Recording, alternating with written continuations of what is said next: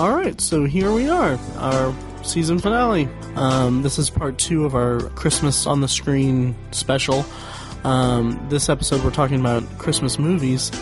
We'll be back in a couple weeks with our regular show, but if you're a fan of Boardwalk Empire, we're going to have a special episode next week about that. But okay, without further ado, here's our final episode of our final full episode of the year. So, hope you enjoyed it.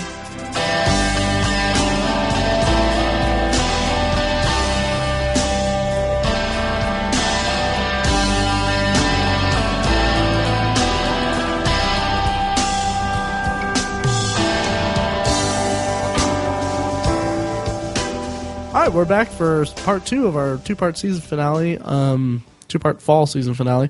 We're talking about Christmas on the Screen. Last week, or not last week, but last episode, we talked about Christmas TV episodes, and now we are talking about Christmas movies. And why don't we just jump right into it? If you want to check out our Christmas TV episode, it's posted on the usual places.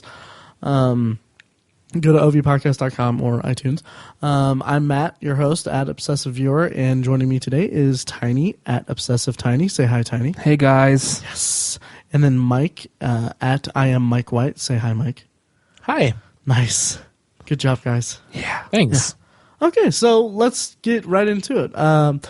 Let's see. For TV, we started with Mike. So, Tiny, why don't we start with you? Gladly. The first movie I'm going to bring up is kind of, it's almost becoming my favorite Christmas movie, which is a big deal for me. Nice. The movie is White Christmas from 1954. Available on Netflix. Go ahead, sorry. Is it? Yeah. Nice. I think so. Nice. Definitely watch it then if you haven't seen it, because it is absolutely fantastic. The music was written by the absolutely perennial classic Irving Berlin. It is a fantastic movie about a successful song and dance team who become romantically involved with a sister act and team up to save the failing Vermont Inn of their former commanding general of World War II. Oh, wow. That's the plot, if you didn't know. Of course, the movie was inspired by the song White Christmas, which was written by Irving Berlin. And if you don't know, the song White Christmas is one of the, if not the most successful single ever. Literally, the highest selling. It's been on the charts it was on the charts for like 30 years or something like that. I mean, it's just the most successful song of all time, arguably. Oh, wow. Yeah. I don't even know that it's arguable. I think it's like the number 3 most successful song of all time. Yeah. Yeah. So, it's crazy. It is. And the song originally appeared, it was written for the film Holiday Inn, which came out in like 1942 or 3, something like that. So that's the first place that it actually appeared. I think it was written for that film, but the song became so popular that they wanted to just focus it around a movie, and that's where White Christmas came from. Like I said, the music is just absolutely fantastic. It's when it comes to Christmas, it's not a Christmas if you don't have some Bing Crosby in it somewhere. He's just, if I could have any person in the world, if I could have their singing voice, I would have Bing Crosby's singing voice. He is fantastic. So, it doesn't get any better than White Christmas, the way he sings it. There's so many different interpretations of the song, but I think Bing's is the best. And then add in the 2 pretty girls, Rosemary Clooney and I think her name Vera Ellen. Throw in those 2 pretty girls and then the dancing of Danny Kaye, and you got a great movie, as referenced in Christmas Vacation by We're going to press on, and we're going to have the happiest Christmas since Bing Crosby tap dance with Danny Kaye. Absolutely. We're going to be the merriest bunch of assholes this side of something or other. I don't remember what he said. House, yeah. Oh, I love the Nut House, yeah. So yeah, White Christmas. It is such a great movie. It has so many great Christmas themes in it. Helping others, and it's about love. People fall in love. It's fantastic. I love it so much. I haven't seen it, but I'll definitely check it out. It's good. Nice. So that's my first one. Should we go Matt next, or? Yeah, I'll go next. Sure. We brought this movie up in our Tragedy on the Screen or Tragedy Off the Screen episode, but Jingle All the Way. Nice. It's I love it. Wasn't that one of your nostalgia? Was it? It may have been. I think it might have been. Maybe. Yeah. But that's okay. I love it. You really love this movie. I really love it. It's a fantastic movie, and it's great. It's hilarious. It kind of speaks to the whole. Again, that's kind of a common theme because on the Christmas on TV episode, I talked about Charlie Brown Christmas, about the commercialization of Christmas, and this. I don't want to give Jingle All the Way too much credit, but it does have Jake Lloyd in it. It does have Jake Lloyd in it. Yippee! Are we just going to quote Star Wars? Are you an angel? I'm cold. But it does make some. It does turn. I don't know. It reflects poorly on the consumer culture that surrounds Christmas, about Black Friday particularly. Not that it's about Black Friday, but kind of that stampeding through stores to find to find gifts and stuff. Mm-hmm. And like I said, I don't want to give too much credit to the movie because it doesn't make a statement about it. It just uses that as kind of a backdrop. Mm-hmm. But you can kind of infer statements from it, like, I guess. Yeah, absolutely. Yeah, and it's an interesting take on that kind of mentality, that kind of shopper's mentality of craziness. But it's also got a lot of fun gags. Yeah, Phil Hartman, R.I.P.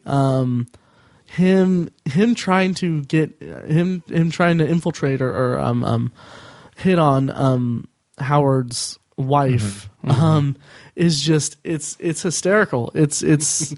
Oh, these cookies! Put the cookie down now. It's fantastic. It really is. And I love that because he plays such like kind of a skeeving kind of guy. Mm-hmm. But then there's that scene where he picks up the cookie after he's like, go up and take a shower, I'll watch the kids, I'll fix the cookies and all. He's very sweet and everything. And then he picks up a cookie and he burns his hand and then he smacks it down. He's like pipe down in there to the kids. Like it's just this great like turn where he's doing this sweet like thing, and then it's just like at the drop of the hat he's like this angry person. Yeah, it's fantastic. Then the movie kind of loses itself at the end when kind of Howard becomes Turbo Man in the parade. When he actually has a working jetpack. Yes. That's cringeworthy. Yeah, it really is. But it's just about the same as. The movie also has, unless I'm mistaken, it has a digital reindeer that runs through a house and destroys a house. Uh-huh. Was it digital? I don't think it was digital. Dude, it ran through a house. Part of it was digital. Well, yeah, part of it was. I don't think it was a fully digital. Yeah, that's true. Good point. Yeah, it wasn't fully digital. Uh-huh. Yeah, they didn't have the technology in '96, right? Yeah, or the budget probably. It was. That also leads to one of my favorite lines when Howard's wife is introduced to the reindeer or whatever, and she's petting him, and then his friend tells Jake Lloyd, like, I named him Ted after my dad, and then he goes and answers the phone and talking to Arnold, to his dad, Howard. He's like, put your mom on the phone. Then she's like, I can't. She's outside petting Ted. It's such a great line. Yes. Maybe I need to watch it. Yeah. It's been a while. It's been several years. Mm-hmm. Yeah, it's been a couple weeks for me. It's on Netflix Instant also. Actually, about a week for me. But yeah, it's a great movie. I love it. It's on Netflix. It is really fun. Yeah. And that's my first offering. Mike, how about you? Yeah. Well, we tend to make these things love fests. Mm-hmm. These kind of retrospective things. So I'm going to talk about a movie that I do not love. Ooh, okay. And that I really don't understand all the adoration for. A Christmas Story. Oh, whoa. I'm not a fan of it either. Not a fan of it either. You're not a fan either? Nope. You may be creating the most friction you've created between me and you, Mike. Really? More than Breakfast Club? Maybe. Ooh. Maybe. Well, I'm kind of going to spoil a surprise. my love movie is going to be Christmas Vacation. But I really find that there are your favorite Christmas movie really truly depends on what you watched when you were younger. Absolutely. And A Christmas Story was just not one that we watched. It was always Christmas Vacation every year we watched it. Yeah. And so and I think it was just kind of overdoing how TBS plays it 24 hours every year. I just got sick of it. I hated that, like, everywhere you go, everybody was like, let's watch 6 hours of A Christmas Story. Yeah, yeah. But more than anything, the tone of the movie is really depressing. It's just, it doesn't get me in the Christmas mood. And I'll be honest with you, I don't know if I've ever seen the whole thing all the way through. I know that I've seen the whole thing, but not in one sitting. Right. You know what I mean? Mm-hmm. Like I've caught 20 minutes at a time on TBS every year, but just never watched the whole thing. And the tone of it just depresses me. Like when the Santa is kicking him down the slide, just something about it is off. And I really never understood why people adore it so much. So maybe you can shed some light, Tiny. I will give you that it is not necessarily the best representation of the spirit of Christmas, I guess. It is not. It doesn't have like a really great feel to it that way. But it's. I don't know. I guess I think people like it so much because it's really funny. There's a lot of just classic jokes in it. I mean, it is not very Christmassy for the Santa Claus to kick him down the slide and whatnot, but it's really funny. I mean, it's classic, and I think a lot of us have been kids that have been standing in line to see Santa before, and we have felt the feelings that, come on, kid, hurry up, I want to talk to Santa, and that kind of captures that feeling a little bit. And also, I think the premise of the movie is what's golden about it. It has this adult voiceover, that it's the inner monologue of the child that's the main character of the story. I just think it's such an interesting perspective because it's kind of like we're listening to an adult retell a story from when he was a kid, and it has this childlike wonder to it, but from the perspective of an adult, sort of.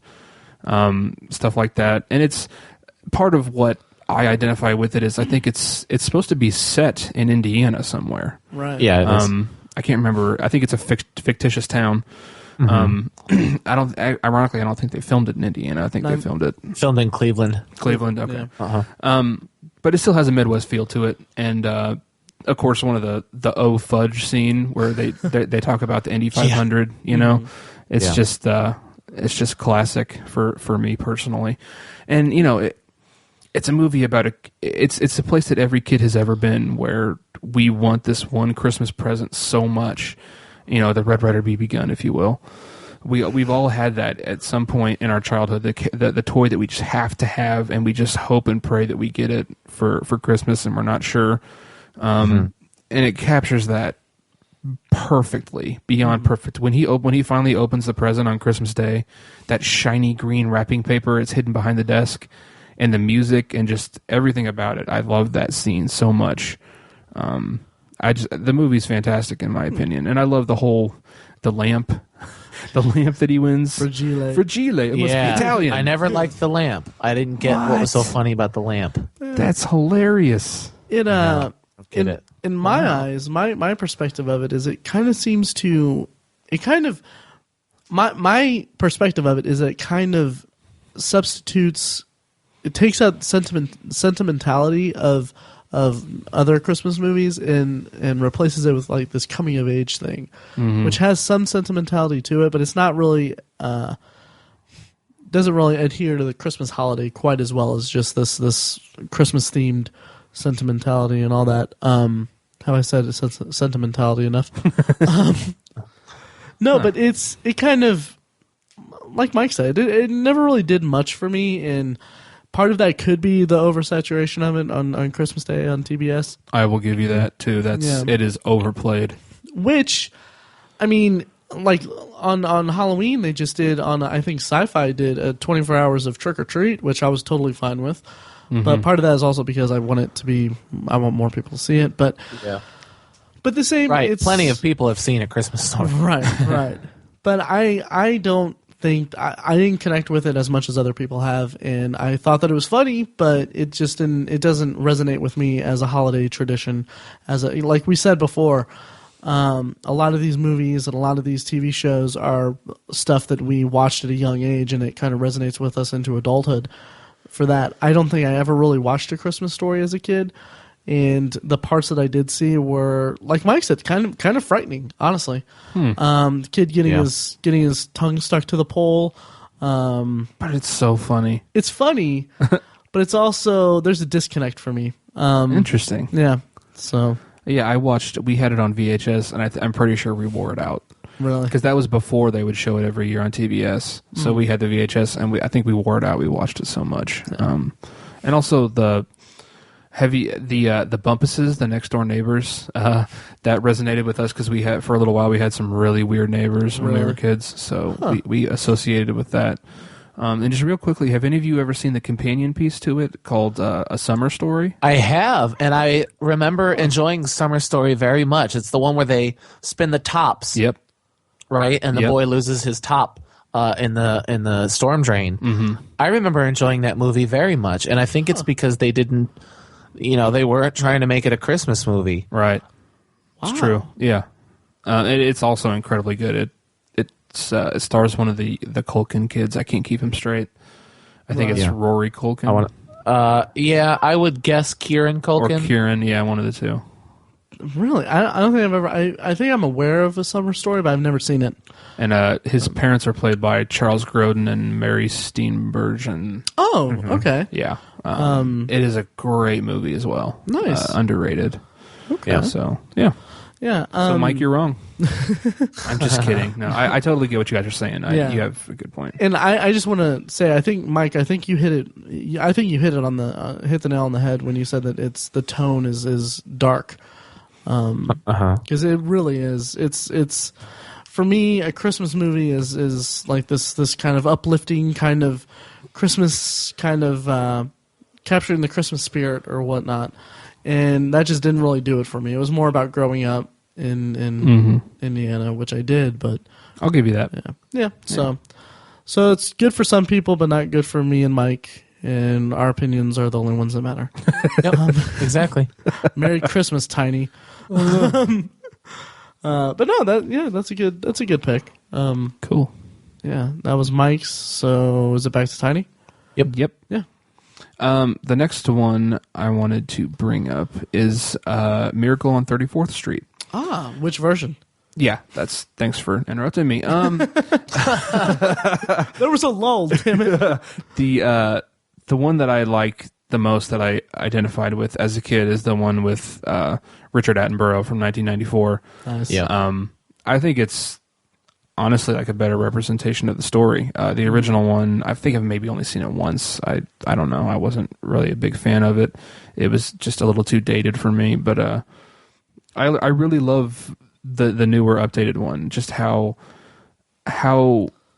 skeptical the young girl is. It's something that you just don't see very often, and she makes a complete 180. Throughout. By the end of the film, she completely believes in Santa Claus, and she has more Christmas spirit. Played really well by Mara Wilson, who was a really famous child actor in the 90s. She no longer acts, unless I'm mistaken. But it's a great movie. I feel like she tried to make a comeback, and then nothing happened. Could be. Was she in what else was she in the 90s? Her other famous movie was Matilda. Matilda. There you go. Yeah. Which was a fun movie as well. Yeah. I don't remember much of Miracle on 34th Street, that version of it at least. Mm-hmm. My mom was a huge fan of the story and of that. Mm-hmm. But it was I do remember. I remember bits and pieces of it though. Yeah, and and it's the adult actors are really great too. Dylan McDermott and Elizabeth Perkins as her parents were really great. And then just Richard Attenborough has just such an aura to him. He's just one of those magnetic actors, one of those classically trained actors, I think, that just has that ability to just pull people to him. And there's no better quality that you need to play Santa Claus, you know. Right. So We have a T-Rex. Nice. Anyways, I love the feeling that he portrayed through that character. He was just absolutely perfect as Kris Kringle. Yeah, he really spared no expense. Sorry. Go ahead. Sorry.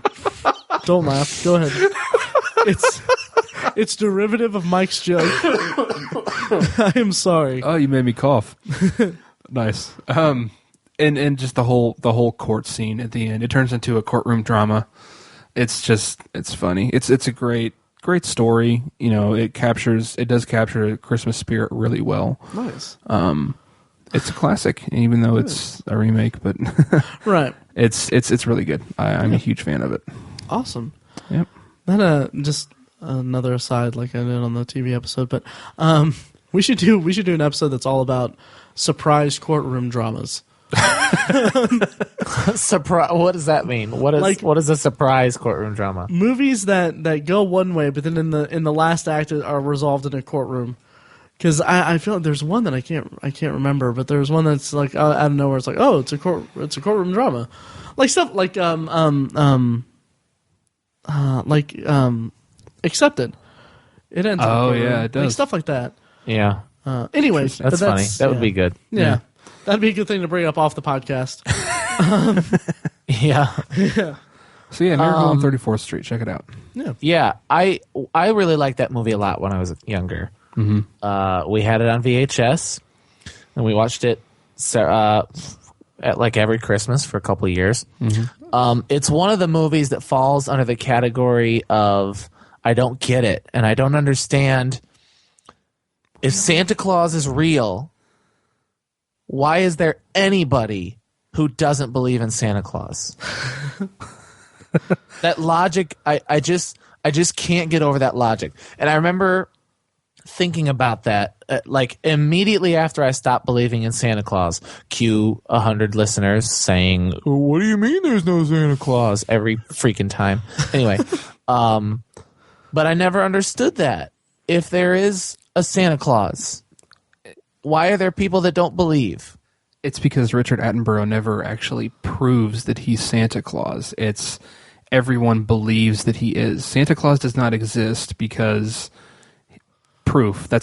Santa Claus does not exist through proof. He exists through belief. And that's what he does in the film. He makes everyone believe. He made a living biological attraction so astounding that they'll capture the imagination of the entire planet. Gosh. It's turning into a Jurassic Park episode. But seriously, it'd be a great episode. What? It would be. Yeah, I mean, you can't go wrong. Yeah. But that's the difference. That's the reason why some people might not believe, is because he does not present himself through proof. He presents himself through making people believe. That's why Santa Claus exists. It's almost like it's an allegory for something. Yeah, I don't. I don't know. Maybe a James Joyce or something. I was way off the mark on that. You were. Sorry. Joke. No. I get I get the reference. We should move past it then. Plus, I'm surprised that you're having qualms with it, Mike, again. Because again, it's such a delightful story. You know, it takes a skeptic's approach right off the bat.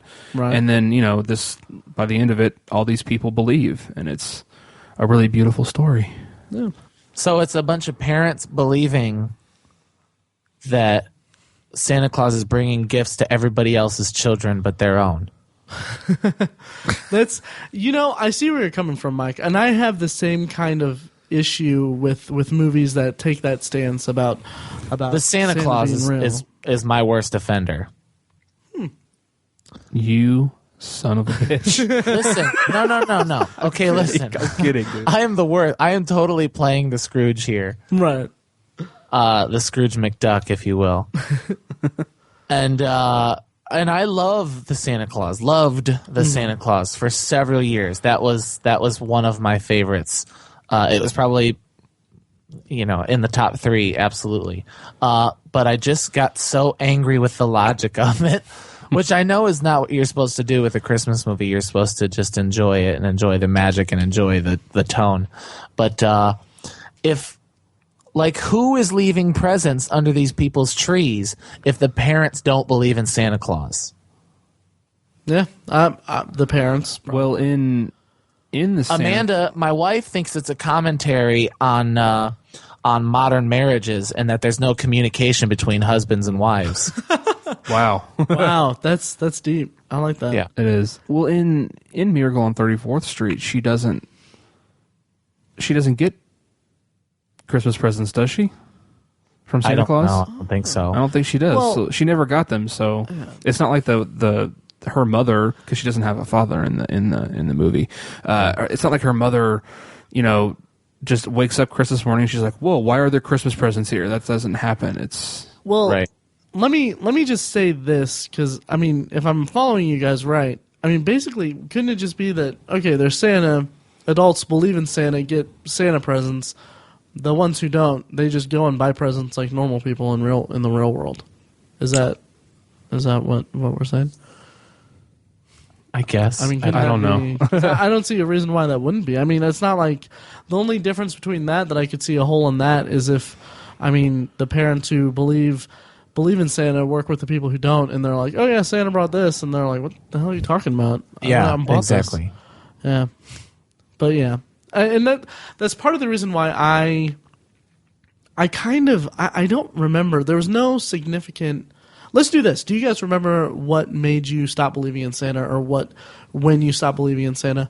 I remember it exactly. How could you not? It's also my story for why I'm not religious. Oh.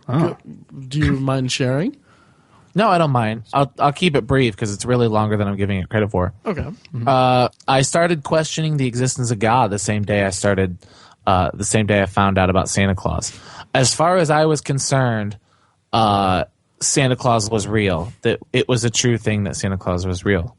And I remember going to Toys R Us, and I had a brother, and my mom would take me, and my dad would take Kevin, and we'd just walk around and get gifts for each other, and then that was it. And I remember one day I was particularly inquisitive and precocious, and I kept asking my mom, "Hey, Mom, oh, never mind." And she would say, "What is it, Mikey?" "Oh, never mind."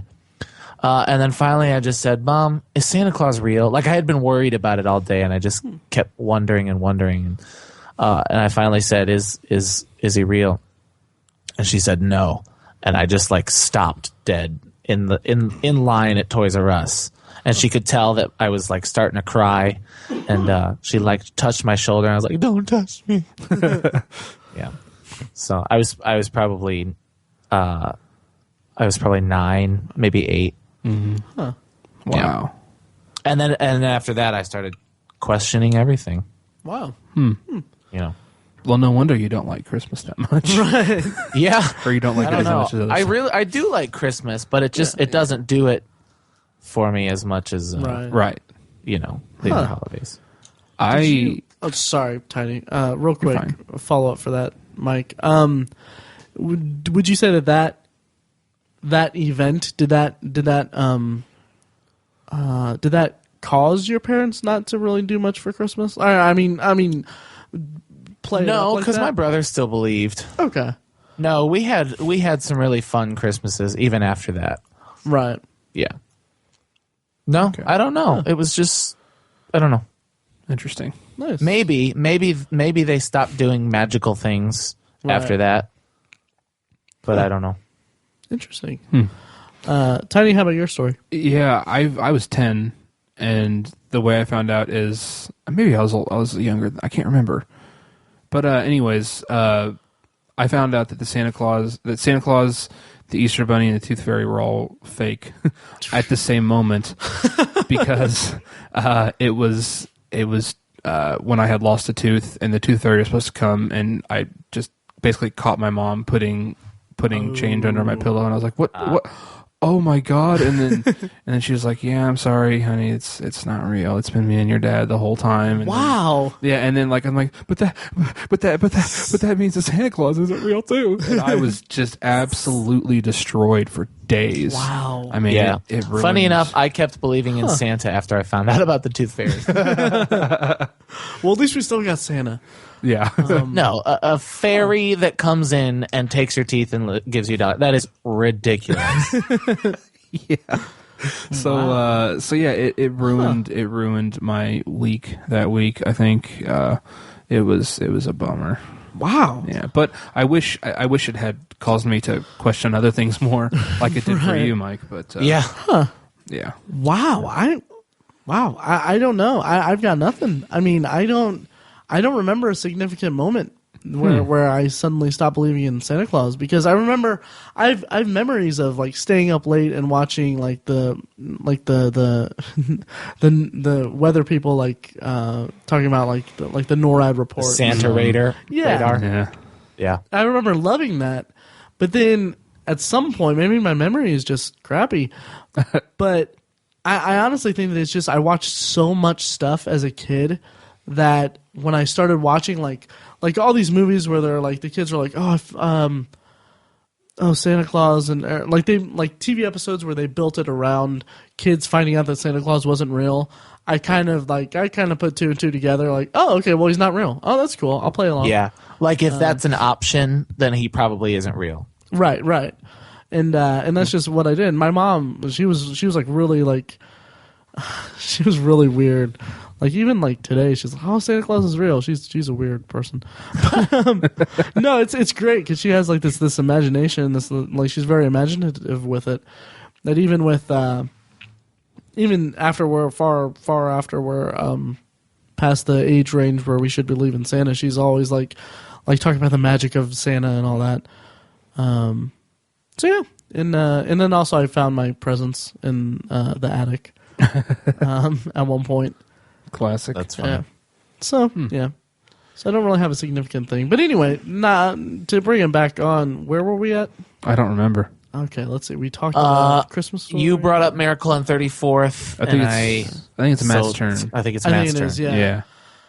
Well, I want to bring up a movie that I'm sure I don't know if you've seen it. Mike, I'm not sure if you've seen it. It was a very it was, for lack of a better, I'm not going to mince words. It was a ripoff of Groundhog Day. It was a made-for-TV, like... Yes, ABC Eric family. Von Detten. Yes! Go ahead. Christmas Every Day. Never heard of it. Okay, I think I remember, Mike, I remember like freshman year, I think we bonded over our mutual love of that movie. Yep. It was like a made-for-TV movie. I think it was ABC Family or Disney or something. But it was Christmas Every Day, where this kid has a bad Christmas or something, and he repeats it every day like Groundhog Day, and he has to make it right. And it's so cheesy and awesome, and it's fantastic. I loved it. Yeah. And I've tried to find it online and I've never found it on DVD. Well, I got a anything like surprise that. for you. Uh-oh. It's airing on ABC Family tomorrow morning, Saturday at 6 o'clock. Oh, that's Saturday so the 21st. Oh.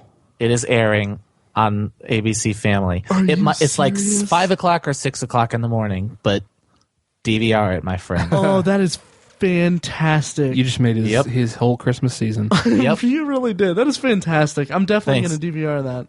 Yep, I already got it DVR'd. I've had it DVR'd for a week. Oh, that is fantastic. Thank you.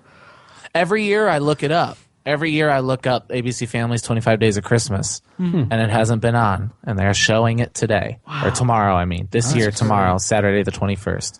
That's awesome. Yeah. I feel I never even heard of this thing. Really? Yeah, never even heard of it. Wow. Yeah, it was and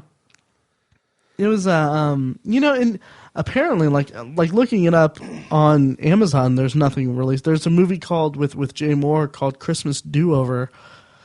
Yeah. That's essentially the same thing, but it's not that. But it like Mike said, it had Eric Von Detten, and it was just it kind of had like kind of some religious elements or something about a pageant where he was involved in a pageant. But it was kind of this selfish kid who's kind of this little punk or whatever, and it went through just all the different iterations of the day, all the different versions of it, and it went to some surprisingly funny places. Like he tries to win over a girl, and he in one of the segments he tries to win her over by beating up her boyfriend or something like that. But he's so dorky and over the top that he does like this weird like John Wayne impression or something. Oh yeah, it's so cringeworthy. It's Clint Eastwood, isn't it? Clint Doesn't he do Eastwood. like Make My Day? Yeah, I think so. Dirty Harry. Yeah, it's so cheesy and awkward, and it's fantastic. Huh. Yeah, it's definitely cool. I can't believe that's going to be on. That's awesome because I check it every once in a while. I haven't checked it for the past couple years. Yep. But wow, that's awesome. It's apparently based on a short story by William Dean Howells called Christmas Every Day, published in 1892. Oh wow, Jeez. Yeah, wow. So that definitely predates Groundhog Day. it does, and it makes me wonder if Groundhog Day is loosely based on that story. That's a good question. But I mean, Groundhog Day was so huge. Oh yeah, as a movie, and it's clearly capitalizing on the success of Groundhog Day. yeah, absolutely, no question. It's interesting. Of all the Christmas movies you had to choose from, you chose an obscure television movie. Right. Well, it's very special to me because I used to watch it all the time. Okay, Yep. that's good. When it first came out in '96, it aired like 3-4 times. Oh, absolutely. Oh yeah. And then a couple times every year until probably 2000. Yeah. It's a fun movie. It's a really fun movie. I'll definitely record it then. Yeah. Yep. Nice. Yeah. So Mike, do you want to bring up your next one? Yeah, like I said earlier, I wanted to talk about my favorite Christmas movie of all time, and that's Christmas Vacation. Nice. Awesome. And it's hands down my favorite. I mean, yeah. there's no contest.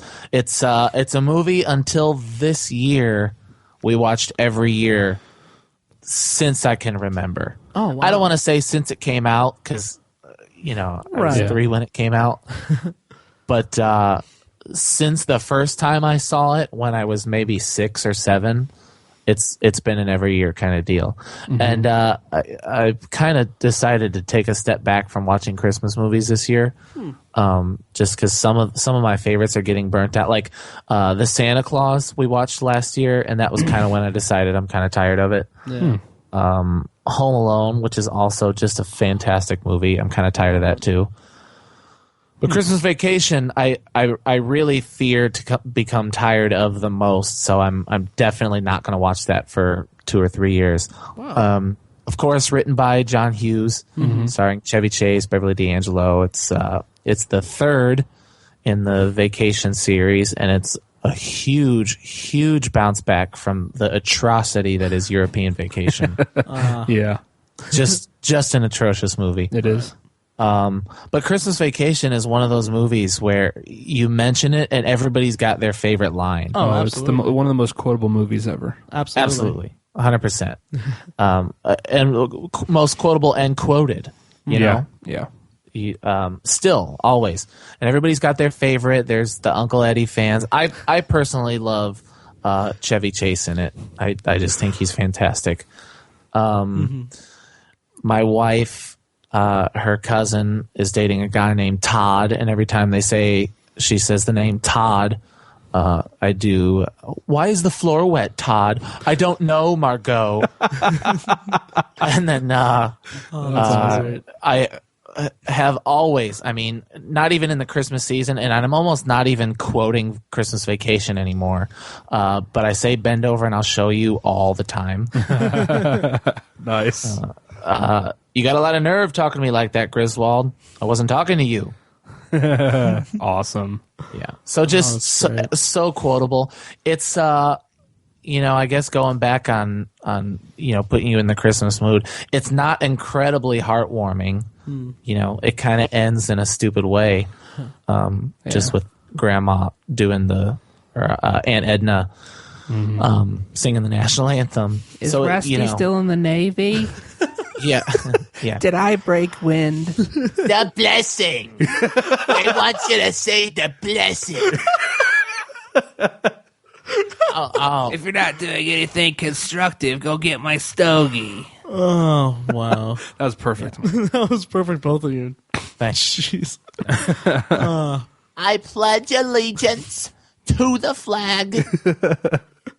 So great. It's one of my favorite movies of all time. Oh, I mean, absolutely. I think it's on my top 20 movies without regard to the holiday. Mm-hmm. You know, Nice. much like Halloween is up there. But yeah, I just love it. And I've while I find that Christmas Story is kind of divisive, I don't know that I've ever met anybody who didn't like Christmas Vacation. It's not always everybody's favorite. Not everybody has seen it all the time, but nobody doesn't like it, I don't think. I've never met anyone who doesn't like it. Yeah. And interestingly, with that movie, with Christmas Vacation, I didn't really get into it until I was in like my late teens, because it's not a very kid-friendly movie. It is not at all. I mean, It's totally not. he drops an F-bomb, and there's a lot of sexual references and stuff like that, which is hysterical. Oh, yeah. It's fantastic. It's just not really kid-friendly, and so we didn't really watch it when I was a kid, ever.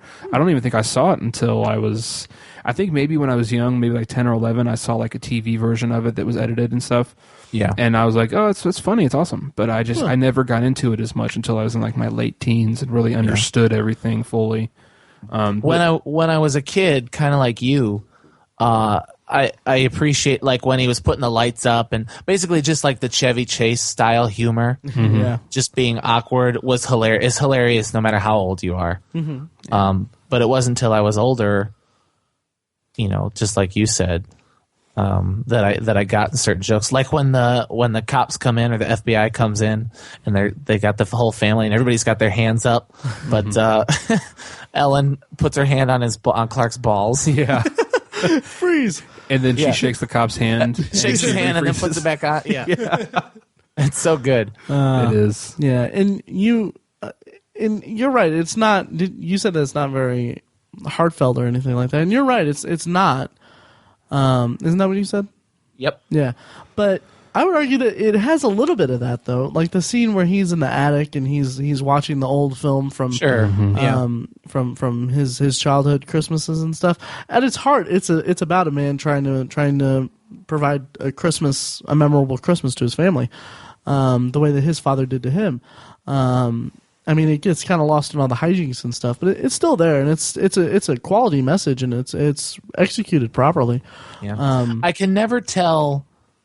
I haven't been able to decide if I like Christmas Vacation or Vacation more. It's a hard choice. Because Vacation, the first one, is not a movie I watched when I was younger. That is absolutely not a family movie. Yeah. Right. But when I was a teenager and you start to get all the jokes, that movie is ridiculously hilarious and so clever. I haven't seen it in so long. Oh, it's so good. And Christmas Vacation, like you said, while not a family movie, it's still PG, PG-13 actually, and so you know they don't push things as hard, and it's a little more family friendly. But I like just every time I watch it, there's like little bits of trivia that I notice, and I'll just kind of. My uncle's a big fan of that movie too, so we'll kind of text back and forth like, what does Uncle Eddie break when he puts the big bag of dog food into the cart? And so Clark grabs a 4-pack of light bulbs and puts it on his cart when they're in there, and then Uncle Eddie just smashes it. Oh, that's great. Yeah. And by the way, nobody has ever done this for me, but if anybody ever got me a Chicago Blackhawks jersey with Griswold on the back, it would be the best Christmas present ever. Oh, that'd be awesome. Nice. Nice. So Nice. that's mine. Yeah, definitely great movie. It's on Netflix Instant also, but you should really own that movie. Yes. Yeah. Yeah, that's good. Cool. Tiny, is it your turn? Yeah, I think so. Around the horn? Yeah. I think so, yeah. Let's see. Yeah, I'll go with this now. It's again. I said earlier that it's not Christmas without Bing Crosby. I will also say that it is not Christmas without It's a Wonderful Life. Right. Which I think is ironically not really a Christmas movie so much, but it has such a great.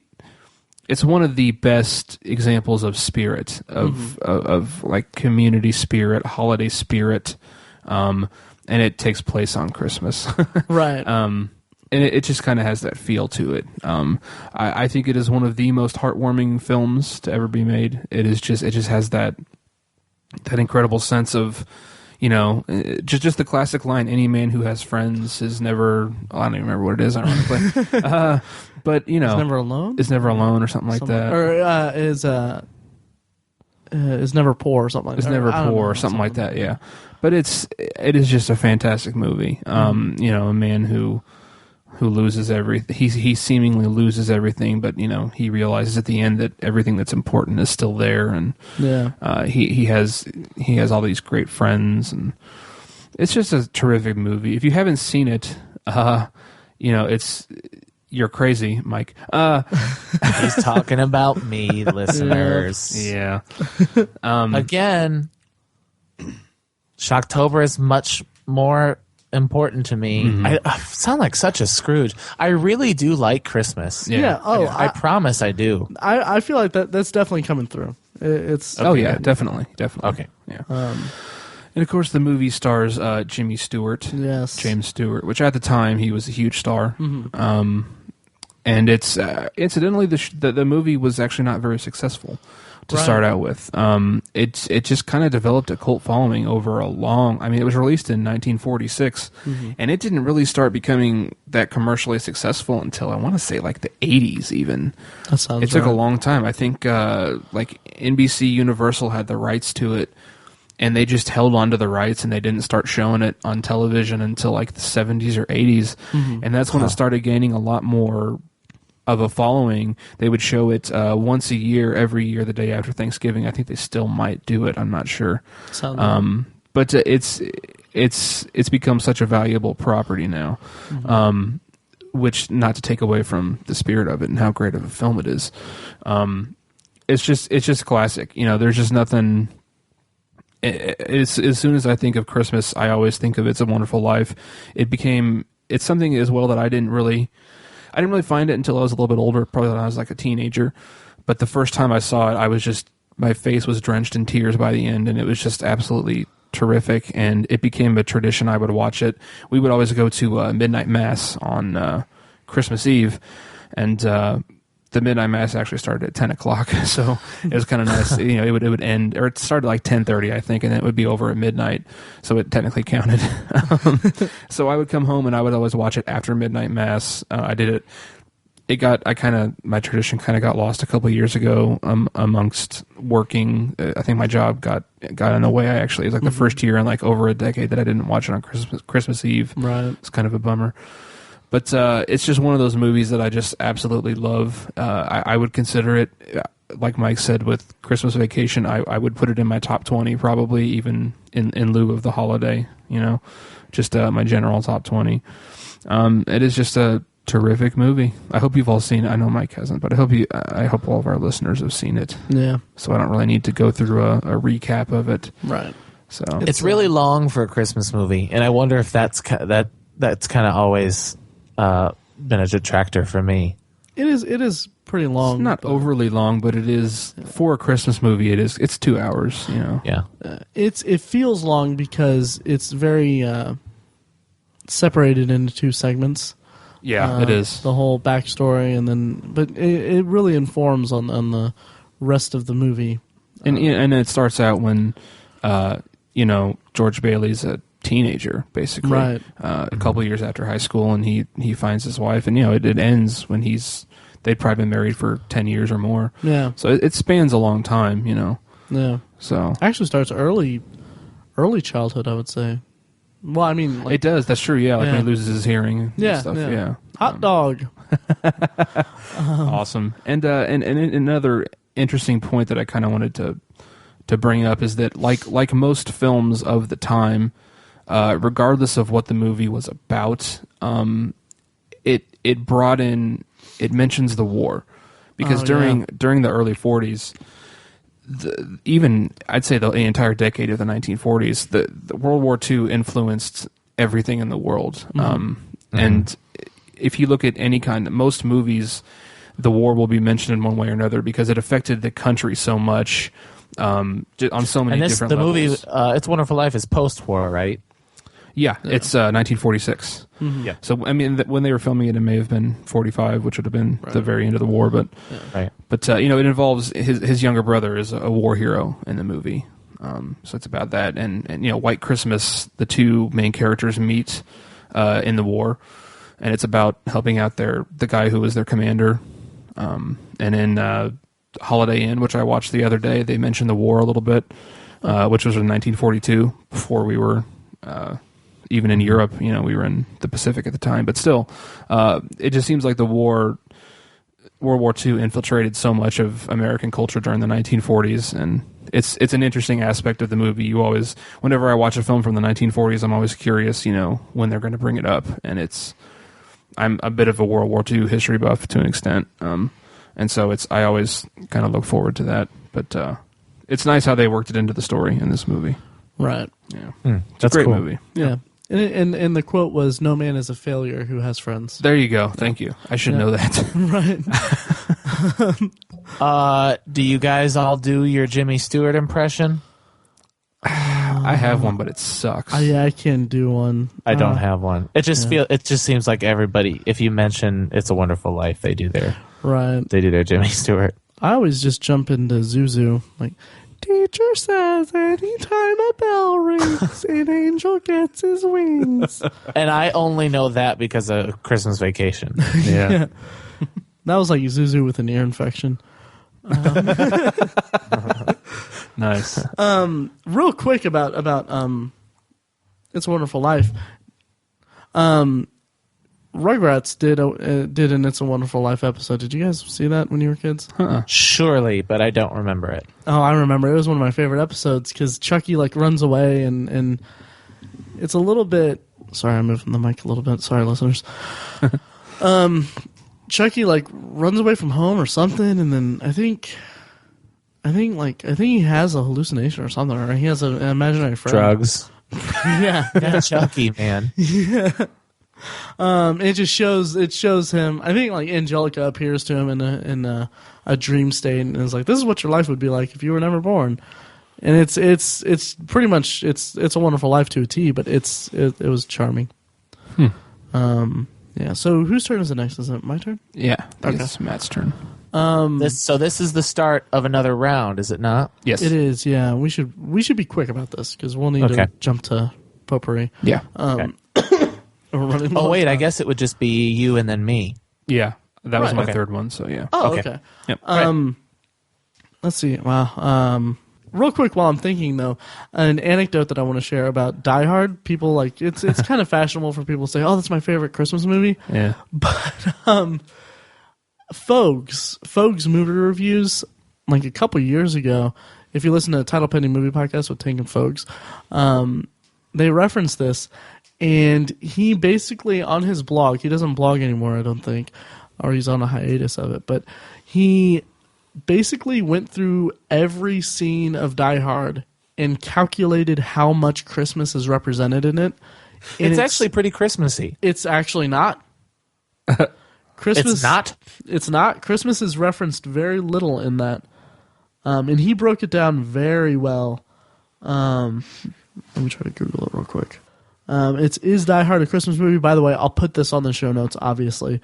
And I'm going to go through all this, but he breaks it down by dialogue and total number of Christmas related dialogue is 3 minutes 45 seconds. That's 2.8% of the entire movie. And then he goes through all of these things, and then the bottom line is, spoiler alert, Christmas elements in Die Hard, 15 minutes, 21 seconds. That's 11.7% of the movie. Yeah. But it has the Christmas feel. It does, and he has a poll at the end that's is Die Hard. Yeah, he has a poll at the end that says, "Is Die Hard a Christmas movie?" 72% say yes. So I am part of the 38% or the 28%. It is not a Christmas movie. I honestly don't feel like it is either. I could go either way on it. Yeah. Iron Man 3 is a Christmas movie, though. Yeah, sure. No, I'm kidding. It's the same. I'm kidding. It's set at Christmas, but yeah. Well, I mean, yeah, same as Die Hard. Just because something takes place on Christmas doesn't make it a Christmas movie. Which I just brought up It's a Wonderful Life, which I said I threw in the caveat that it's not necessarily a Christmas movie. But it's a holiday. Yeah, classic, that is considered a holiday movie. Yeah. I mean, like Die Hard takes place in L.A., which is like the least Christmassy place you can imagine. Right. I mean, it's like it's warm. He's wearing a wife beater throughout the whole movie. Yeah. Die Hard 2 is more of a Christmas movie than Die Hard. Yeah. But yeah, so my actual pick for the next one is Home Alone. Let's just go with that. We referenced it a little bit earlier, Mike did, and I love it. I mean, and I don't think you can dispute that it's a Christmas movie because it's very much a Christmas movie, but it's also a fun it's a fun home invasion movie. The likes of The Strangers, yes. or You're Next. But no, it's a great movie. I love it, and I always as cynical.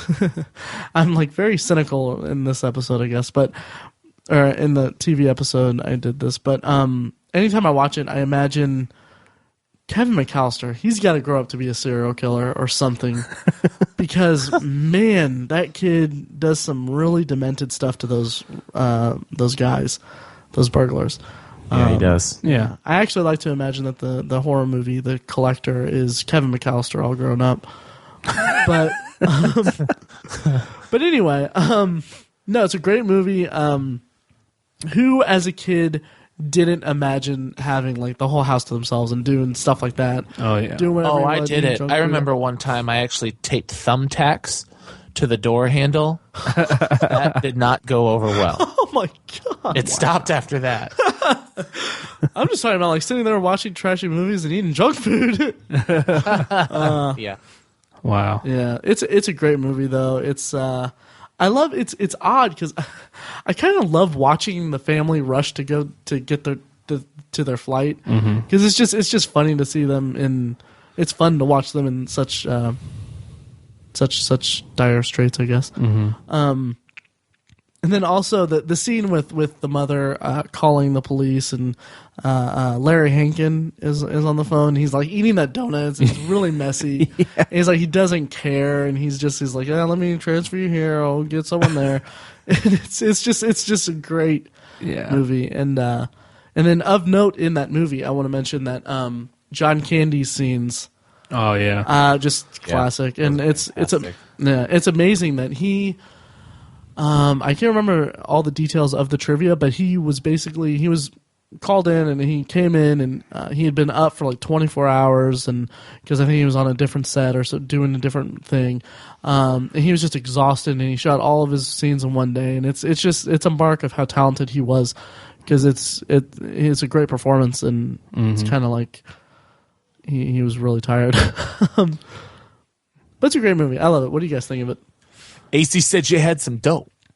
Is that a fact? Too bad AC ain't in charge. He's upstairs taking a bath. I'll give you a call when he gets down. My God. Oh, wow. Well AC said 10%. That a fact. Oh, I love it. Are you doing I'll this? I'll tell you what I'm going to give you. I'm going to give you it at a count of 10 to get you ugly, yellow, no good keister off my property. Before I pump your guts full of lead. All right, Johnny, I'm sorry. I'm going. 1, 2, 10. Sound effects. Maniacal laughter. Keep the change, you filthy animal. Please tell me you did all of that from memory. I did. I'm sure that I messed it up. Well done, I sir. have no doubt I messed it up. Well done. That was brilliant, sir. Yes. Thank you. Oh, that's I would have thought you were reading that from a webpage or something. No, Me too. I absolutely am not. And surely listeners will prove that I'm not, because I'm sure I missed a couple of lines. I'm sure you're Don't fine. be so It's humble. Forgivable. Thanks. But yeah, I love it, and yeah, it's a great movie. Yeah, I love that movie. As an adult when I watch it, what makes me laugh so much? Well, I mean, it's just a funny movie, but one thing that's of note is that it came out in 1990, and another movie came out that year called Goodfellas, which Joe Pesci is in both films. Wow. And Home Alone came out, December-ish probably. I don't really remember. I was 3. But Goodfellas was probably like a summer movie or something like that, and Joe Pesci was probably in the throes of being recognized for this like iconic gangster movie where he throws around the F word every other word and kills a bunch of people, and he's this horrible person. And then you see him in this really fun, charming kids movie. Well, not really a kids movie, but it's a movie starring a kid. It's a John Hughes movie. So it's so funny, that contrast that's there. And I think if you look at the trivia for Home Alone, I think like he had to try really, really hard not to curse in front of the kids. And when you watch the movie, he mumbles so much. He's like, "I freaking stupid kid," and it's like because he's trying so hard not to curse around the kids.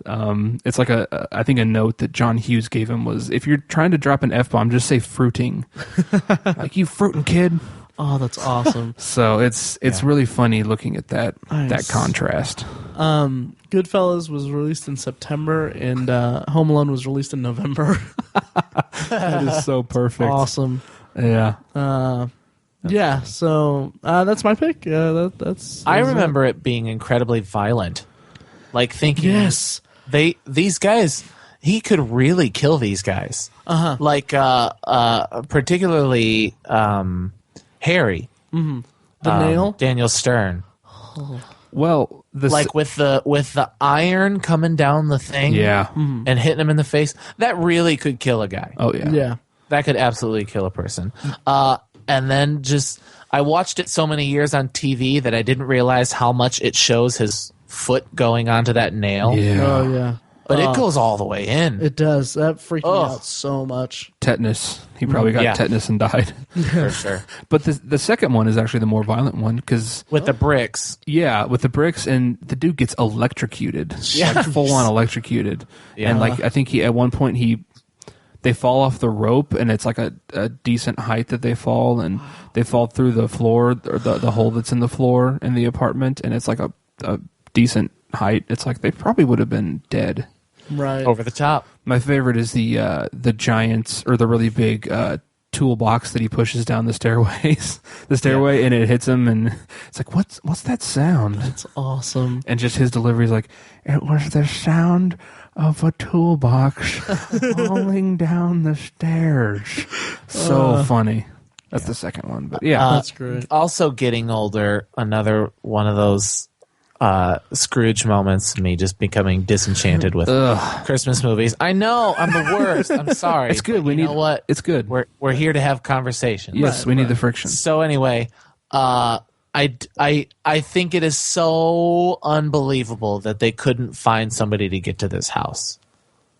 It's really a stretch to me that a cop would just give up. Yeah. Knowing that there's a kid there, the cop would just give up. Absolutely. And then try again the next day. Yeah. I mean, come on. But the movie would have sucked if that happened. You're right. It would have ended there. There's a degree of suspending your disbelief, but it is a stretch to get to that point. Mm-hmm. Definitely. Yeah. Yeah. So yeah. Okay, I'm looking at it now, and I missed the beginning of it. So you have to leave it on the doorstep and get the hell out of here. Oh, you have to do it again now. Yeah. Just kidding. No, I'm not. I could, but I won't. Right. But I mean, I could, but I'm not gonna. I know we're kind of running long on time. Yeah, a little bit. Do you mind if I'll throw in a real quick one at the end? Go right ahead. Just a quick. So do I not get a third? The heck? Wasn't that your third? Did you only do two? Did you not get one?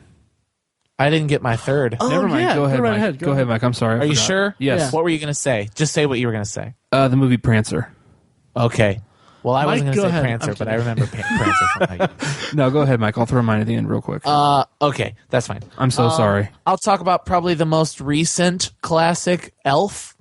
Nice. Yes, nice. Which is really, really a great movie. It really is. It is. Oh yeah. and I almost said that it's underrated, but it's certainly not. Everybody loves that movie. Yeah. LFU, it's not underrated. I'm sorry. Go ahead. What's that? Nothing. I said LFU, it's not underrated. I was really stretching. I am so sorry. Go ahead. That's okay. It's really great. It's really funny. It gets a little too magical at the end when they've got to sing the song to get Santa to get going. But up until that point, it's really fantastic, and it's really it gets you in that mood that I talked about, and it's definitely strong message, like family wise. Yeah. Mm-hmm. I love that movie. It's great. Yeah, I love it. That's another one that I don't. I mean, granted, Will Ferrell has his detractors and people that don't like Will Ferrell, but I haven't met anyone who doesn't love Elf. Yeah, and it has become an instant kind of classic. It really or is. a modern classic. Yep. Yeah, it's great. It's a great movie. Yeah. It's fantastic. Buddy the Elf, So- what's your favorite color? Yeah. Every once in a while, I'll answer my phone that way during the holidays. Nice. So what did you want to say about Prancer? Okay, I just wanted to bring it up real quick because I tweeted this. I don't know if you all saw it at Obsessive Tiny on Twitter. Yes. Because I watched it the other day. It was a staple from my childhood. We watched it every year. What's fun about it is a good chunk of it was actually filmed in Indiana. In northern Indiana, LaPorte County, where my father is from. Nice. Most of my father's family still lives there. I'll be going there for the holidays, but it was filmed in LaPorte County, Indiana. Some of it was filmed in Michigan as well. And there's like she goes and she takes the main character takes a letter to Santa, and she goes to the mall to give it to the mall Santa. And I've been to that mall several times. My dad grew up blocks away from it. That's It's kind of cool. So, and it's a fun movie. It's really great. Sam Elliott is epic in it as her dad. And there's snow in every single scene. It's fantastic. It's a fun movie. That's great. So that's another one. If you haven't seen it, check it out. Nice. Do one of you guys want to bring us into Potpourri? Sure, I'll do it. Yeah. Sweet. I was waiting for Mike to say yes. Nice. All right. Well, listeners, we've come to the last segment of our. I guess this is the last part of our 2-part podcast, right? Yeah. So that's the end of our season finale. Yeah, we released one on Wednesday, and you get your Friday episode today. So, of course, we have to end it. We come bearing gifts of sweet-smelling candy cane, peppermint-scented potpourri. Yay. Yes. And this is the part of the show, of course, listeners, you know, where we talk about things we've seen, things we're looking forward to, things that we think are just worth mentioning. It could be anything on TV, anything we've seen in the theaters, and then we just talk about it. Now, I usually, after this, send it off to the guys, so if you guys don't mind, I'll go first. I'll go right ahead. This week, we are going to see the Dallas Buyers Club, Nice. which I've been super excited about. I really love this renaissance of Matthew McConaughey's career. And so it was kind of a challenge. We're trying to do a double feature. We're actually going to see Dallas Buyers Club and The Hobbit. And I wanted to make sure that we squeezed in the ones that might not be around or might be hard to get to come Oscar season. And I also want to squeeze them in before the end of the year so I can kind of put together my end of the year list, the movies I think might be on there. So we kind of had a choice. It was like we see Anchorman 2 or American Hustle or Dallas Buyers Club. And I think just the chances of Dallas Buyers Club going out of theaters seems most likely. Yeah. And I think I'm most excited for it. I like the prospect of the story. I've really kind of stayed away from it. I don't know as far as spoilers and trailers and things. So I don't know. I'm excited. It should be good. Do you know who's in it and stuff? Yeah. Jared Leto's in it, of course. Yeah. And what's like the premise of it? Because I don't know anything about it. I've seen it around. It's been playing at the Keystone Art Theater for a while. Yeah. Matthew McConaughey plays a good old boy from Texas who learns that he contracted AIDS. They don't say exactly how, but he's clearly a homophobe. So that's kind of his big thing is he didn't get it from a man, and so looking for meds, he kind of goes south of the border and gets them cheap, you know. And drugs that aren't available in the United States, and he brings them back to the gay community in Dallas to sell them. And it's kind of about the story of that, how he gets tied up with the law, and kind of how he befriends Jared Leto, who is he might be transgender, or he might just dress in drag, but he's a homosexual with AIDS, and they kind of form an unlikely friendship. Oh wow, It's cool.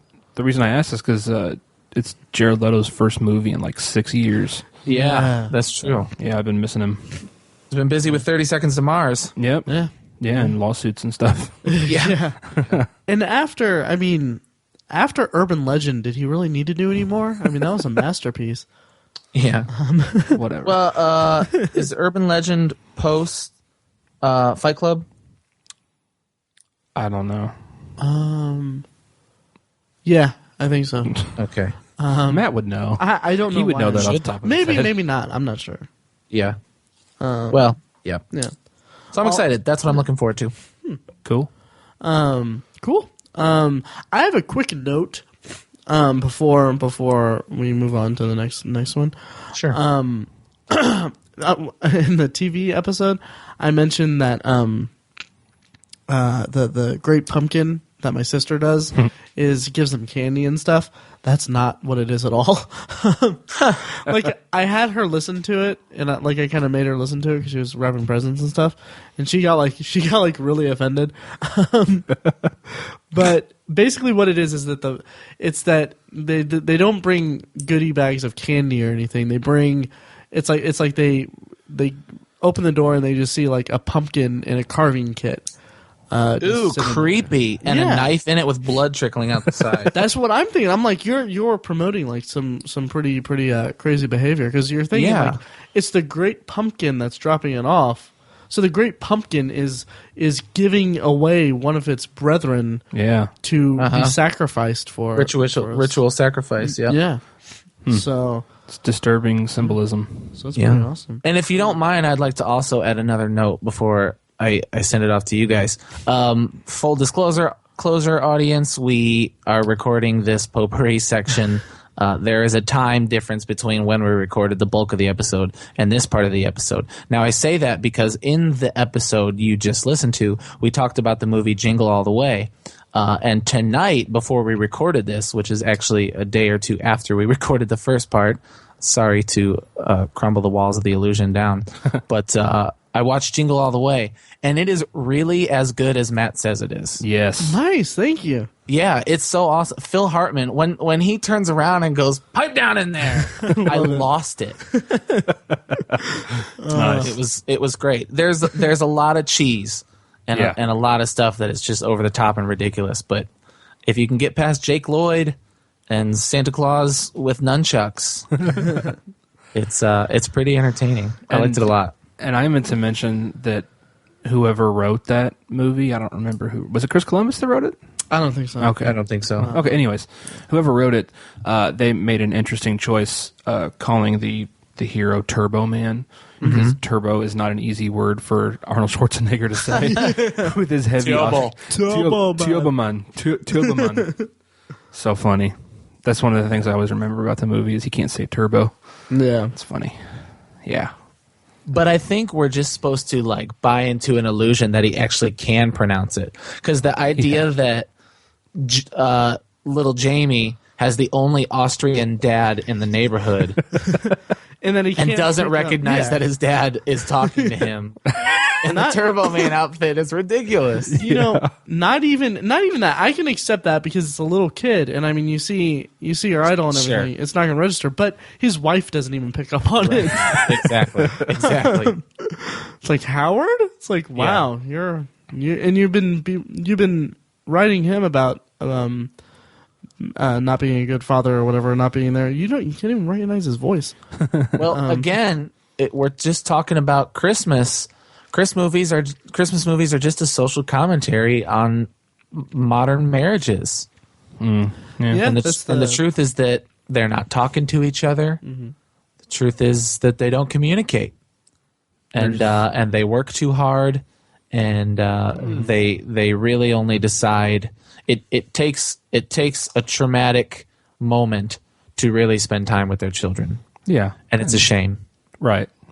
And like I just watched Miracle on 34th Street, the newer one, and the main character only has one parent.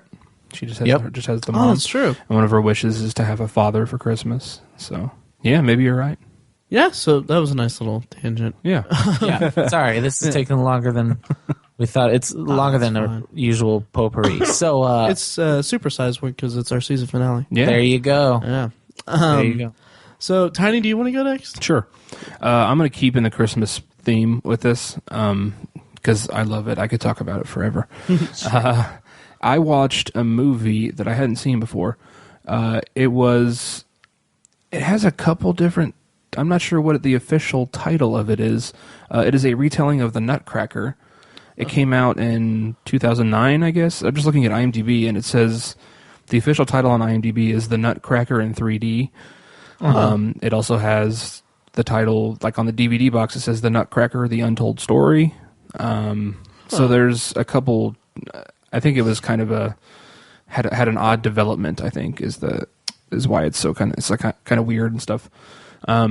But it's interesting. It's a semi-modern retelling of the Nutcracker because traditionally that the ballet was written in like the 1890s, so it's kind of got this Victorian feel to it, maybe turn of the century feel to it. And this one is set in the 1920s in Vienna, which is kind of one of the jewels of Europe, if you will. But it was interesting. It was kind of weird. They took some liberties with the story, I guess. In the original story, it's like the mayor of the town or like a local magistrate or something like that who gives the Nutcracker to the young girl, and she has her adventure from there. But in this story, her uncle is Albert Einstein, and he comes over and gives her the Nutcracker. And Albert Einstein is played by Nathan Lane. Oh, wow. What in the world? I know, it's really odd, but it kind of works.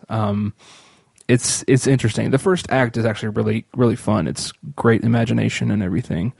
The girl is played by Elle Fanning, by the way. Oh, and wow. she's fantastic in it. Now I feel like I've heard of it. Yeah. Now I feel like I know what you're talking about when you mention Elle Fanning. Mm-hmm. It's interesting. 2009? Yeah, but I think it was filmed earlier than that, I want to say. I don't know. It's, like I said, it was filmed in Hungary. I think they filmed it in Budapest in place of Vienna. Huh. And it has a European director, Andrei Konchalovsky. So I don't know. He sounds Russian. Yeah, Russian or Asian. Eastern European, something like that. But anyways, he... It had a huge budget too. It had like a $90 million budget, and like it was supposed to be this huge movie, but I don't even remember seeing it in theaters really. Yeah. I don't know. It made no money. Wow. Which is unfortunate. So yeah, and also has the downfall of it, in my opinion. John Turturro plays the Rat King or the Mouse King, and he's just way over the top. Just really? Yeah, really didn't like him at all. But it was an interesting retelling of it. I liked the spirit of it. It had great quality to it. If it's supposed to be set in Vienna, it was filmed in Budapest, but kind of an unrepresented city in movies. I think Vienna is really incredible. It's a great city. I've never been there, but from what I hear, it's pretty incredible. So, yes, now I remember this. Yeah, with this heavy CGI. Yeah. Huh. Yep. Very weird. I'm drawing a complete blank. Yeah. It just was never across my radar, but wow. Huh. It's interesting. I mean, I recommend seeing it just for the interesting fact. I didn't dislike it, but I didn't really love it either because it was just kind of weird. But it was interesting. Okay. Yeah. I think I've seen the Nutcracker like once. Like ever. It's pretty boring actually. Yeah, and it is a ballet. Thing. Yeah, like I saw like it may have been a movie.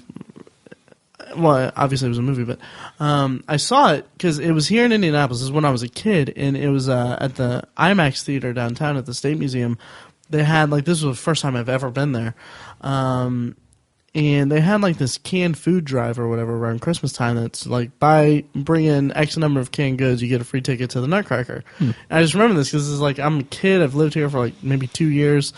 And then we go there and we see like one of the news anchors, Patty Spitler, name drop. Name drop. But, and I was like, oh my God, we see someone famous. Oh.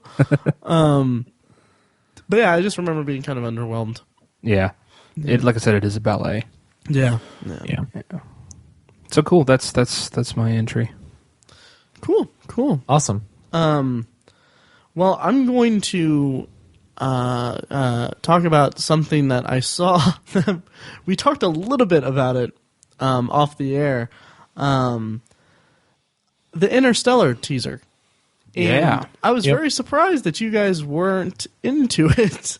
Because why don't you guys tell me what your response to the Interstellar teaser trailer was? Okay, ready? 1, 2, 3.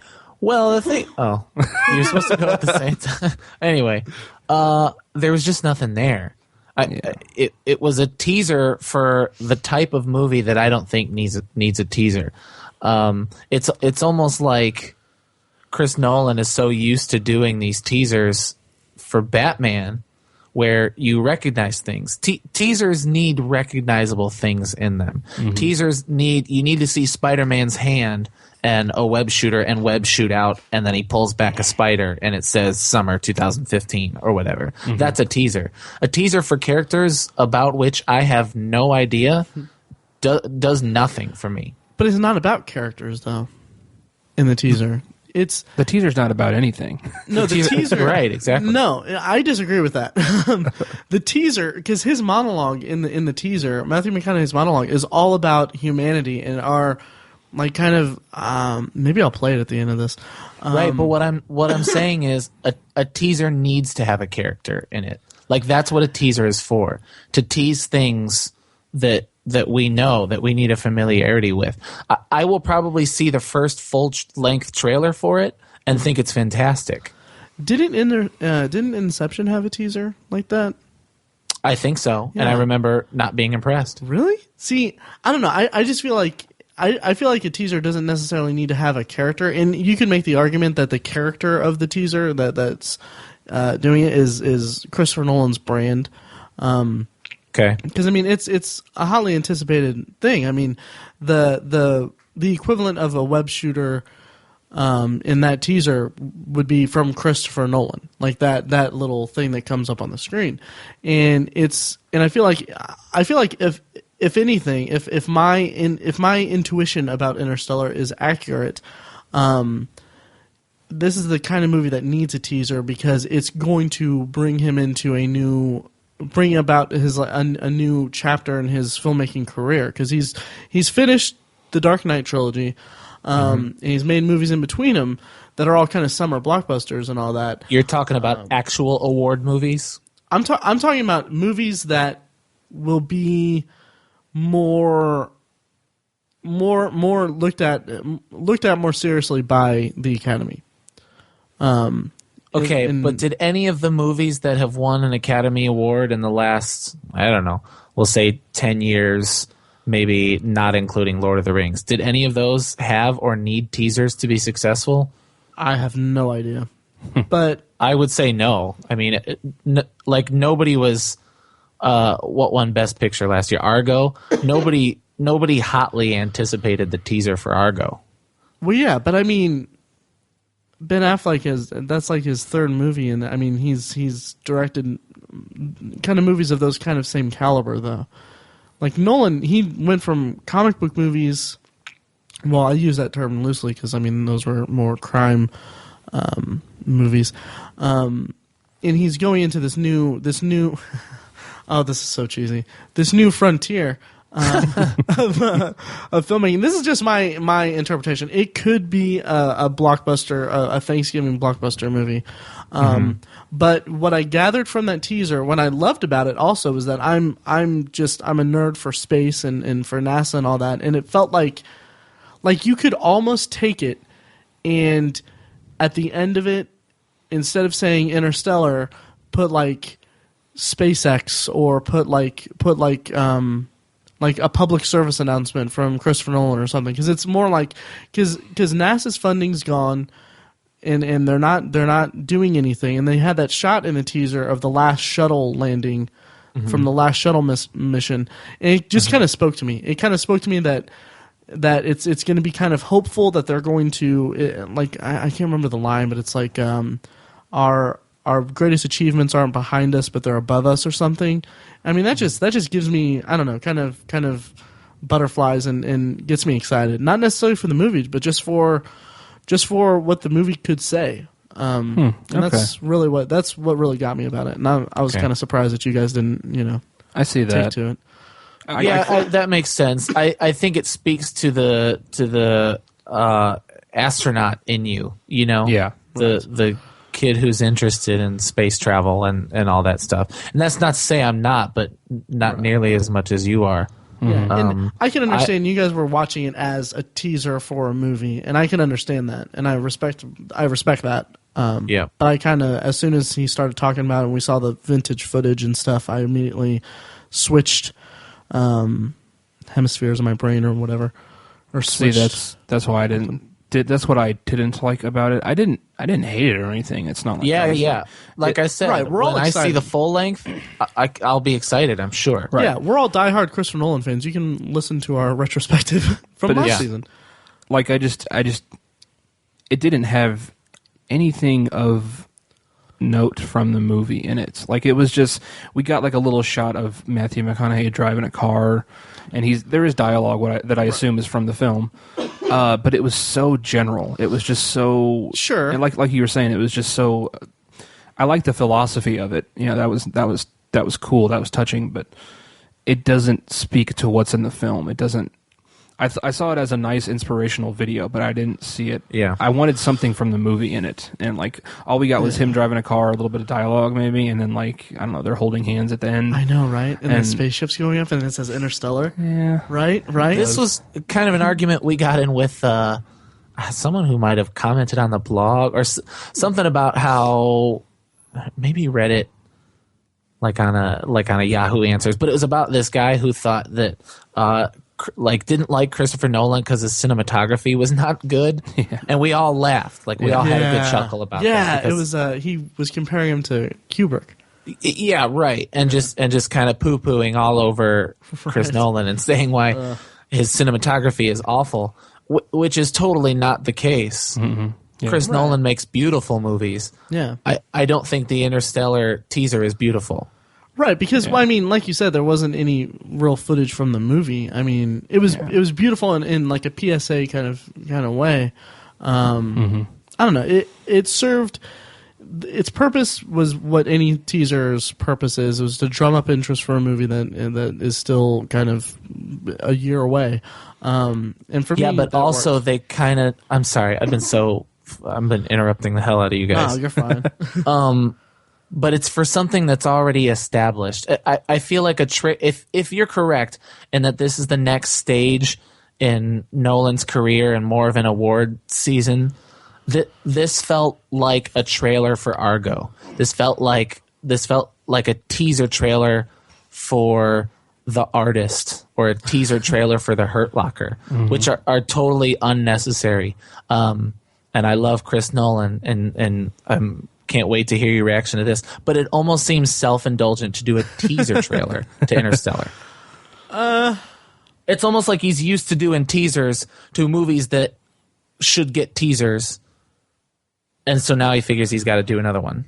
I don't really have a counter for that. I mean, that's a solid point. I can agree with you there, but it made me think a little bit of the first Star Trek teaser from a couple years ago. Yeah, I did remember when because that was an awesome teaser. Because that one was similar in the fact that it was just kind of like Chris Pine riding around on a motorcycle in Iowa, we assumed. Yeah, and then maybe they talk a little him and Bruce Greenwood talk a little bit at the like what's going on, and then at the end they show you that establishing shot of the USS Enterprise being built in the field, and you're like, holy crap! Right, brand recognition. Right, that's actually like exactly like the trailer. But it's not, because there's nothing that's unique to Interstellar in this trailer. It is just general philosophical stuff. So That's why I love that Star Trek trailer. It's awesome. I think it might be on the Blu-ray. It's amazing. And I've watched it before. And but yeah, that's the difference in my opinion.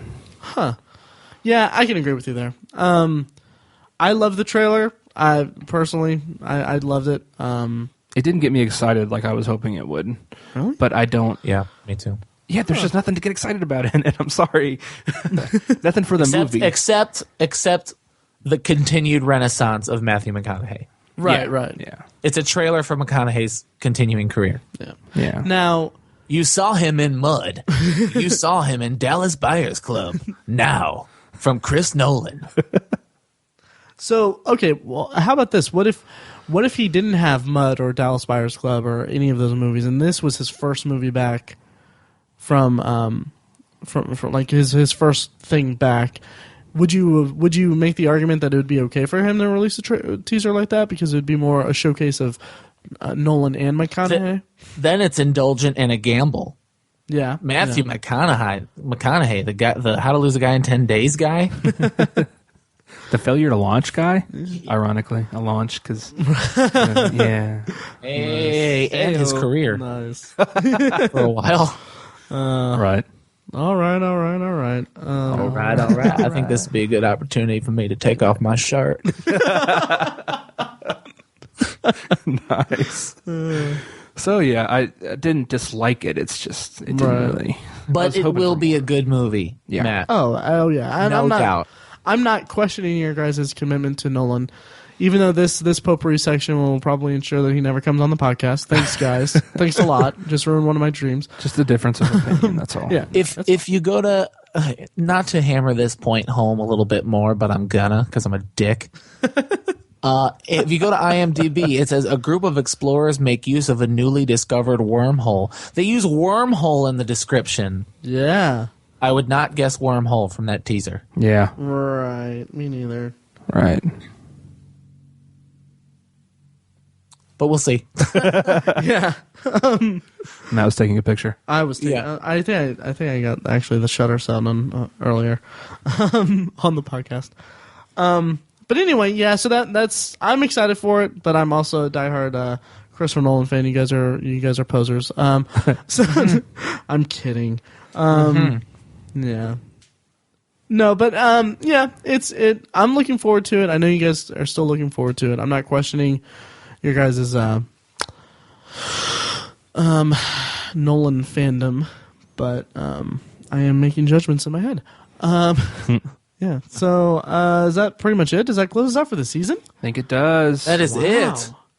So what do you guys think of the second season in the books? Yeah. What'd you guys And my think? first full season. It is, yes. This is the season where Mike became a full-time cast member. Yeah. No longer featured player. Right. Yeah. Feels It good. was awesome. I had a great time. Merry Nice. Christmas, everybody. Yes, Merry Merry Christmas. Christmas. Happy holidays. Happy every other holiday. I don't know. Hanukkah, Kwanzaa. Hanukkah's way over, actually. Yeah, Yeah. yeah. They had a Happy Kwanzaa. Kwanzaa. Kwanzaa. Yeah. Happy Festivus. Yes, happy Festivus. Happy Winter Solstice. Yes. Merry Saturnalia. And For let's you not pagans.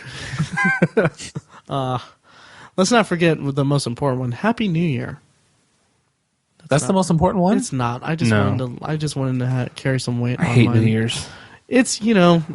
Yeah. Anyways. Anyway, so why don't I count us out because people are going to stop listening to us. Yeah. Do it.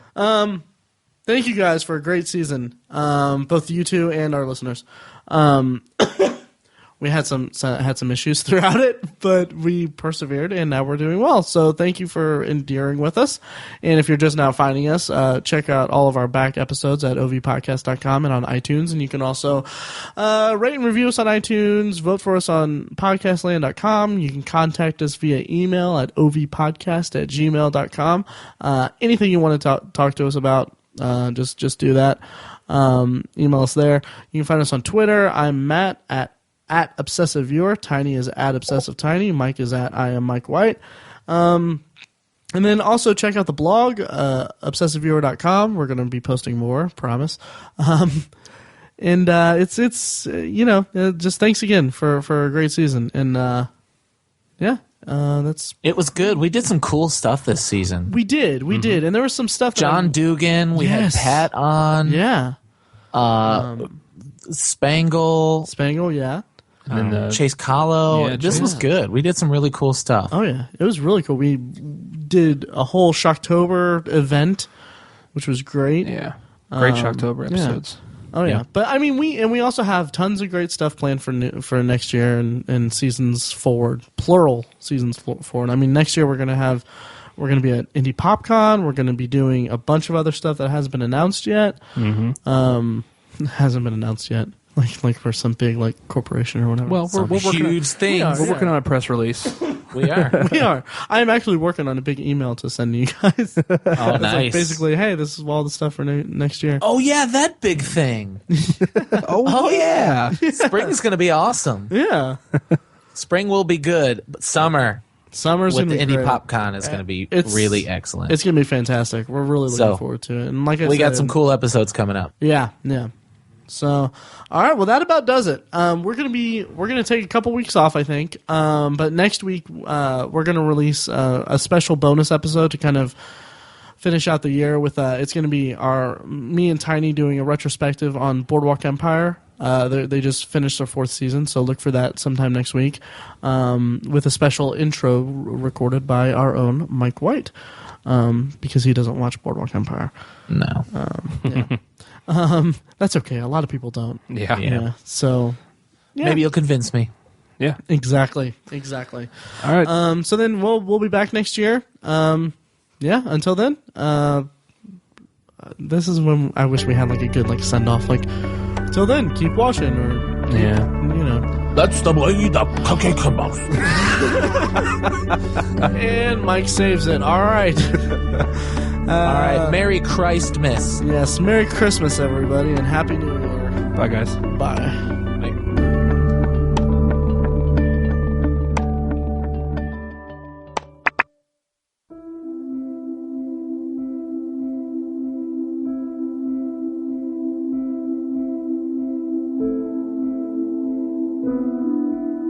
We've always defined ourselves by the ability to overcome the impossible.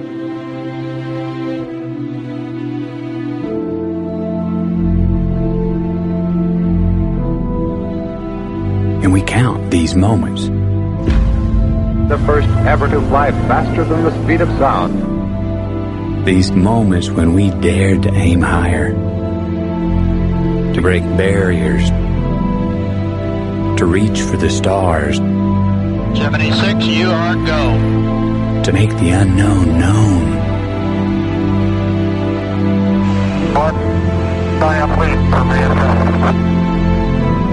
We count these moments as our proudest achievements, Having fired the imagination of a generation, but we've lost all that. pulls into port for the last time. Or perhaps we've just forgotten that we are still pioneers, that we've barely begun, and that our greatest accomplishments cannot be behind us, because our destiny lies above us.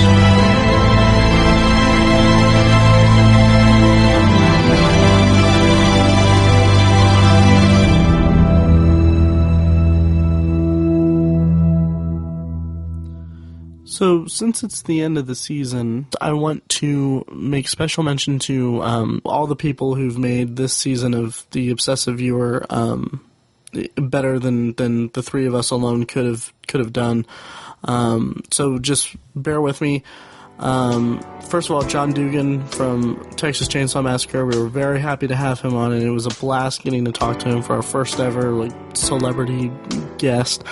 And it was just an awesome chat, and special thank you to Mike for editing that episode. He did a great job, and it really helped me out a lot because I was under a lot of stress with a lot of stuff. Also, thank you to Pat Kuhn, our friend who does the Nerds You're Looking For podcast, which I mentioned before that I'm going to be a guest on there soon, so check it out at the Nerds You're Looking For .wordpress.com. But thank you, Pat, for being on the zombie episode, and also just all the support that you've thrown at us thrown at me too when I started the blog. It's really appreciated, and it means a lot. Also, thank you to Chris Spangle from We Are Libertarians for not only helping us get started, but also for coming on the podcast and talking about TV shows with us. It was a great time to have him on, and we were really happy to have him on and talk to him, and we hope to have him on again at some point. And then also thank you to Chase Callow from the Indie PopCon that we're going to be at in May. We had an awesome time talking to him, and it was a really fun episode, and just thank you for that. And also thank you to Craig, Guy, Corey, and Josh at the Intermission Podcast, which can be found at movieguys.org.